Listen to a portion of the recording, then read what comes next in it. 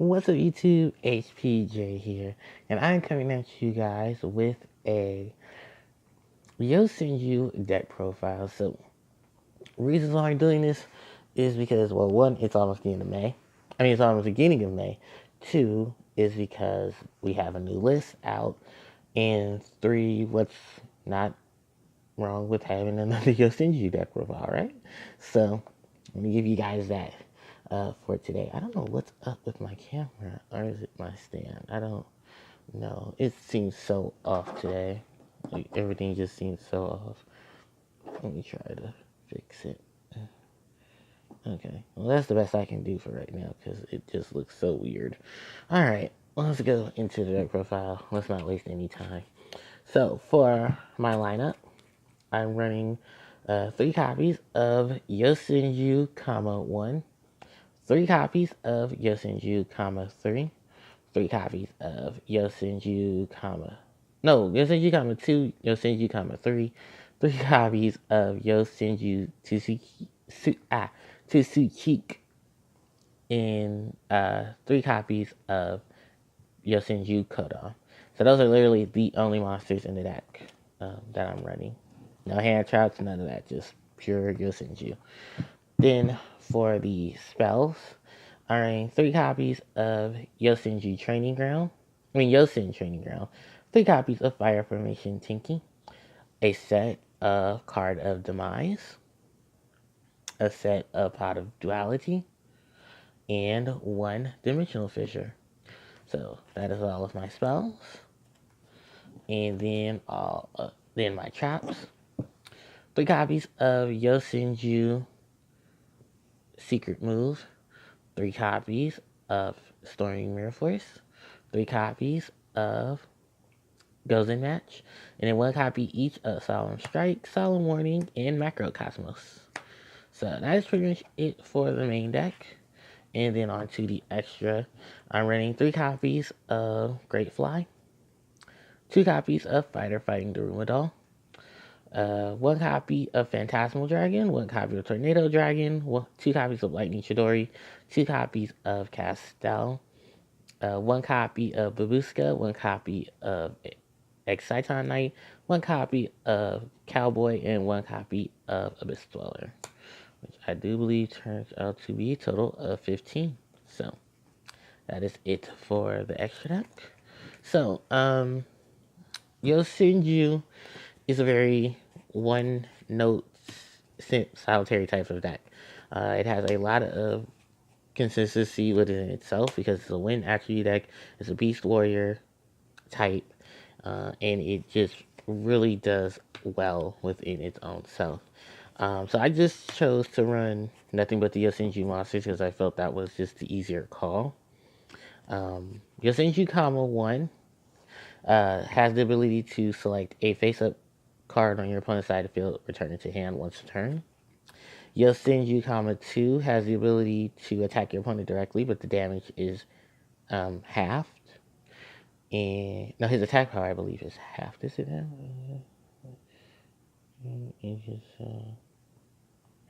No, if he uses its effect to attack directly, the damage is half. Then we have Yosenju, 3. Whenever damage is inflicted by Yosenju card, you can search your deck for a Yosenju card and add it to your hand except for a copy of himself. We have Yosenju Tsuchik. What Tsuchik is you can use each effect that it controls once per turn. Select 1 monster on your side of the field and increase its attack points by 1,000. Discard this card from your hand to give 1 Yosenju monster on your side of the field 1,000 attack points to the end of the turn. So the thing about these 4 in particular is that the 3, 1, 2, and 3 have the ability of when they're normal summon, they give you additional normal summon of a Yosenju monster this turn. They can't summon a copy of themselves off of their own number summon. So you can't summon a 1 and then summon another 1 off of 1's effect. Now you have to summon a 2 or a 3 to get the additional 1 back onto the board. The other thing about them is when Beast Warriors, and they're all based off of a Weasel, which is even more funny because I think it has to do with the lore of the Weasel in Japan. And I also do remember a little bit of Naruto information, and that's Tamari's summon is a weasel, a wind weasel after that. And I think that also has to do with the Yosenju. The other thing about Yosenju is they have Kodam. Kodam has the ability of you contribute it to give Yosen Training Ground 3 counters. Then when it's in the graveyard, you can banish it to give an additional normal summon of a Yosenju monster to turn. Um, Both are great effects, and I've used both in combination. Helps me extend plays with the Yosenjus, especially when I have multiple copies of each of them, and then be able to access a lot of their attacks. So, the effects. So that's my reasoning behind them. And also, I didn't want to run hand traps or anything. I wanted to keep it as pure as I possibly could with these guys. They also have an ability, the comma 1, 2, 3 in to Zeke have an ability where during the end phase in which they're normal summon, they return to the hand. They do not stay on the field, so that's also part of the reason why I lowered the monster count, because I didn't want a whole bunch of monsters on the field, because I do have a lot of support in the deck that I'll go over to help keep that at bay. Now, let's move on to the spells, and I think one of the big important spells to talk about is Yosen Training Ground. Um, Yosen Training Ground pretty much allows you, every time a Yosenju monster is normal summon, you put a counter on this card. Or special summon, you put a counter on this card. If this card has accumulated enough counters, you do the following effects. You can detach one counter from it to give all of your monsters 300 additional attack for the turn. And then the other effect is you can take 3 counters away from this, add a Yosenju card from your deck or graveyard to your hand. So it's a recycler and it's also a searcher. The downside to this is it relies on the normal summon or the special summon, which is perfectly fine. But the issue with it is that it only gets Yosenju cards. So you cannot get a copy of Yosen Training Ground because it does not have Yosenju in its name. Why? I don't know. Yeah. I guess to prevent it from just wild spamming. But you can get like 2 or 3 of these, easily abuse the counters because you're normal and special summons. But in this variation, I'm just doing nothing but normal summons. So it is worked out within itself tremendously. And then I want to move over to the next spell, and that is Fire Formation Tinky. So Tinky is a great spell for any Beast Warrior deck. You can search for all your Beast Warriors, then give them additional 1,000 attack. You can use Fire Formation Tensu to get additional normal summons. You can use the Fire Formation Traps to give you additional attack power, defend your monsters, as long as it does not, relegate them from being a Beast Warrior. I don't know if it does with fire typing, but the Beast Warrior support is pretty much what I was going for with this, and the 100 additional attack to help run over stuff. Card of Demise. Let's talk about this card in Yosenju, because Yosenju don't special summon outside of what they literally do with the extra deck, which is rare. This is pretty much to help you thin out your deck, help you thin out your hand. The only thing that's really going to come back is the Yosenju, so you don't have a problem with this card at all. Even if you can't do damage to your opponent, you're pretty much set. Excuse me. You're pretty much set in terms of your spells and traps, because the bright side about this card is that with Yosenju, you can easily draw into a lot of your continuous spells, your continuous traps, and a lot of your one of your playthrough monsters. You just have to remember you need a hand to activate it. Or you need less. You really don't. I'm sorry. I'm confusing myself with another card. What pretty much to get this full effect, you just need to basically have no hand, set all your spells and traps, and then draw up to the 3 cards, and then go from there. With the Yosenju, it's not going to be a hard thing because, like I said, all normal summons and no specials. And the bright side about it, excuse me. The bright side about this is that because Yosenju's monster effects resolve during end phase, you can just bounce them back to your hand and then let this play out and then put them onto the board. So, alright, that is Card of Demise. Pot of Duality is also here because of the same thing, thinning out the deck, putting a lot of stuff here and there, and because there is no special summons really in Yosenju itself, you get to use cards like Pot of Duality, Card of Demise, and not have to worry about any of their back draws hurting you, because they're all um, promoting normal summons and stuff like that. So that is Pot of Duality. And the only other card left is Defissure. And while I go into the trap cards, I can talk about Macrocosmos. Macrocosmos and Defissure are pretty much your no to hand traps. They are at one, which is like the reason why I am running cards like Pot of Duality, Card of Demise, so I can go into them faster. Continuous trap or continuous spell to X out hand traps. Essentially, cards that discard from the hand or cards that need to go to the graveyard. Macro and Defissure will help deal with that, especially the monsters. As far as spells and traps go, macros can at least deal with spells and traps, but ultimately, I don't want to deal with, ghost ogres and snow rabbits, ash blossoms and joy springs. On some stupid rare occasion, maybe Ghost Reaper and winter cherries, um, Bella and the haunted man, Ghost Bella and her haunted mansion. Just a lot of things I don't want to deal with. Let me fix that. There you go. And I really will just utilize these two to deal with those types of situations. All right. All right, that's over. Yosenju Secret Move is pretty much the Yosenju version of, um, cards like Judgment of Light. Not Judgment of Light. It's the counter trap card, like, for the Yosenju monsters. As long as you have a Yosenju monster card on the field, you can flip this card and negate it. That also includes pendulum monsters, because they do have pendulums. So you can abuse Yosen move with that. You can also, excuse me, take advantage of some of your big guys. Like, this card is just really, really good for all the right reasons. It's a counter trap, but luckily enough, Yosen Training Ground can fetch for it. Yosen Training Ground can get it from the graveyard. You have the effects of your Yosenju team to get these cards back to your hand without such problems. And it counters all the stuff that you need to deal with, just as long as you have your Yosenju card on the field. Alright. So that is Secret Move. Some more added defense. You can add Mirror Forces. I'm choosing play Storming, but you can play Drowning Mirror Force and stuff like that. Especially because Yosenju doesn't have much monsters on the field. This is a good counteractive Drowning Mirror Force.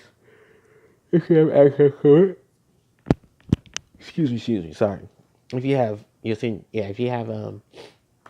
Drowning Mirror Force and Storming Mirror Force are probably my best options. Quaking Mirror Force is also a good thing to put the stuff face down, and then they can't really do much with them. So those are some ideas there. And then triple goes in match. I figured goes in because of the fact that it is a pure win attribute deck. You could use rival warlords if that's more comfortable for you as well. But just stuff to lock out your opponent and getting into a lot faster due to cards like Card of Demise and stuff like that. And then the last two cards, because I've already talked about Macrocosmos, Strike and Warning, could easily be some other cards, but I wanted to keep the counter trap measure together, and I wanted some else in case I did draw two.